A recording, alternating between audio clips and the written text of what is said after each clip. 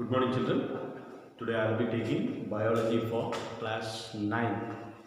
So last time we saw about the different parts, the three parts of a cell.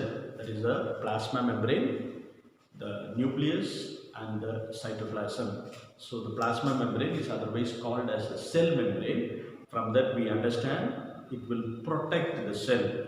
There is, if you take a egg, there is a membrane inside, we call it as a egg membrane. What is the work of that one? It allows the egg to remain safe inside, the germ and the yolk and the white of an egg. And all. Similarly, animals also, they have animal cells. They have a cell membrane, a protective outer cover.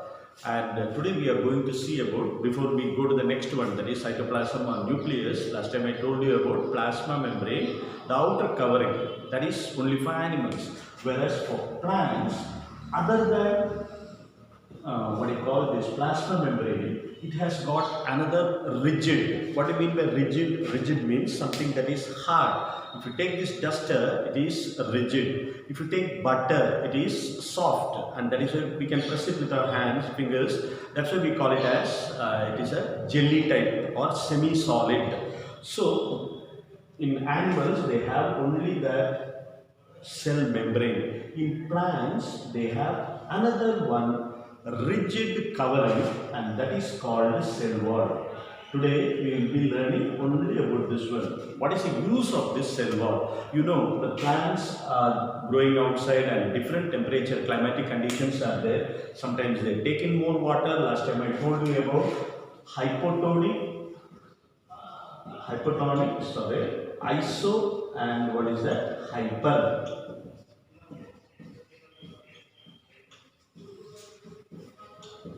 So in hypotonic, what happens? Last time I told you again, the cell, it depends on the water concentration. Anything mixed with water, we call it as solution. When you mix salt with water, it is called a salt solution. When you mix sugar with water, it is called sugar solution. When you mix sand with water, it is called sand solution. Similarly, when the solution, when you put a cell inside water, it is a, what do you call, a clinical trial. We cannot take our cell and then put it in water, saline water or whatever it is. So for an example, when you take water and then put a cell inside that one, what happens?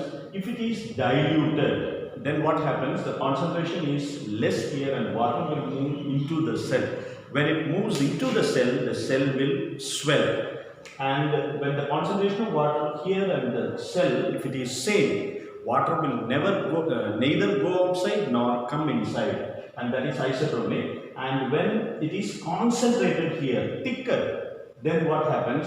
The water from the cell will come outside, and that time what happens? When it loses that one, then the cell will shrink.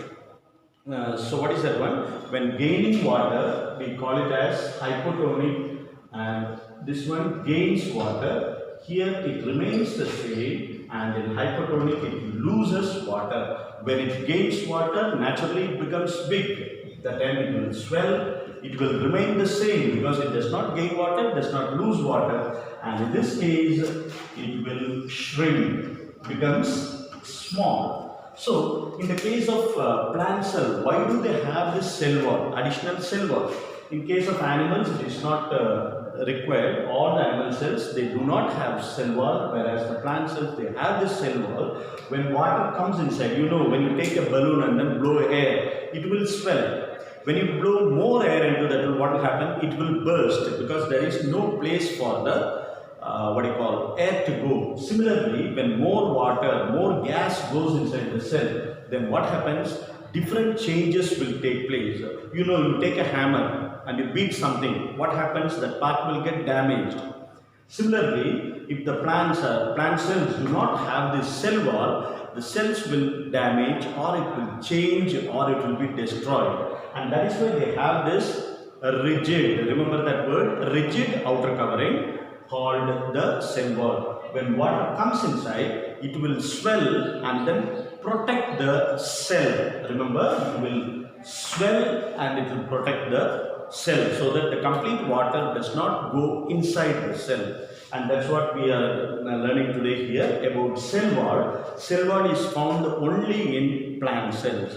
And always remember, only the living cells can grow or do any work like absorption of water or whatever it is. And this one, when it shrinks, when does it shrink? When it absorbs water or loses water? When it loses water. And when it shrinks, when it loses water, that process is called plasmolysis. When the cell water, we are talking about a plant cell, when it loses water, it will shrink, and that process is called plasmolysis. Today all you have to learn is about this one.